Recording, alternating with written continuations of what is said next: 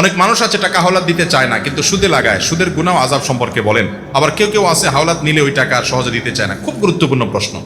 দেখেন, হাওলাত দেওয়া এটা একটা বড় ধরনের ইবাদত এবং সওয়াবের কাজ, এটা আমরা ভুলে গেছি। আমরা এখন এত স্বার্থপর হয়েছি যে ধার দেব, কি লাভ, আমার লাভ ছাড়া ধার দেই না। লাভ নিয়ে ধার দেওয়া এটা হলো সুদ। সুদকে আল্লাহ তাআলা হারাম করেছেন। আপনি তাহলে ধার কেন দিবেন? ধার এই জন্য দিবেন, কোন কোন ক্ষেত্রে ধার করলে দামের সমান সওয়াব হয়, কোন কোন ক্ষেত্রে দানের চাইতে আরো বেশি সওয়াব পর্যন্ত হতে পারে যদি ধার দেওয়া হয়। এটা আজকে উঠে গেছে কর্জে হাসান আমাদের সমাজ থেকে। কর্জে হাসানাকে প্রতিষ্ঠিত করতে হবে, তাহলে সুদ দুনিয়া থেকে বিদায় হবে। যিনি কর্জা নেন সে ব্যক্তিও আবার ঘোরাঘুরি করেন। টাকা একবার নিতে পারলে এরপরে ওর পিছে পিছে পাওনাদার বেচারা ঘোরা লাগে, ঠিক না ঠিক? মনে হয় যে ভিক্ষা চাইতেছে, এরকম একটা অবস্থা। নবী করিম সাল্লাল্লাহু আলাইহি ওয়াসাল্লাম বলেছেন, তোমাদের মধ্যে সবচেয়ে ভালো মানুষ সে যে ব্যক্তি লোন পরিশোধ, দেনা পরিশোধের মধ্যে ভালো মানুষের পরিচয় দেয়, টাইম মতো পরিশোধ করে। চেষ্টা করবো তো ইনশাআল্লাহ।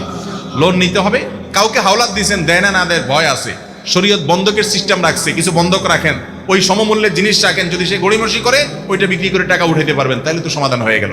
এই জন্য হাওলাত দেওয়ার সিস্টেমে আমাদেরকে আসতে হবে। এটা দুনিয়া থেকে বিদায় হয়ে যাওয়া একটা ইবাদত। ভালো মানুষরাও আজকাল হাওলাত দেয় না, কারণ স্বার্থ ছাড়া কিছুই করে না। আল্লাহ তাআলা আমাদেরকে বুঝার তৌফিক দান করুন।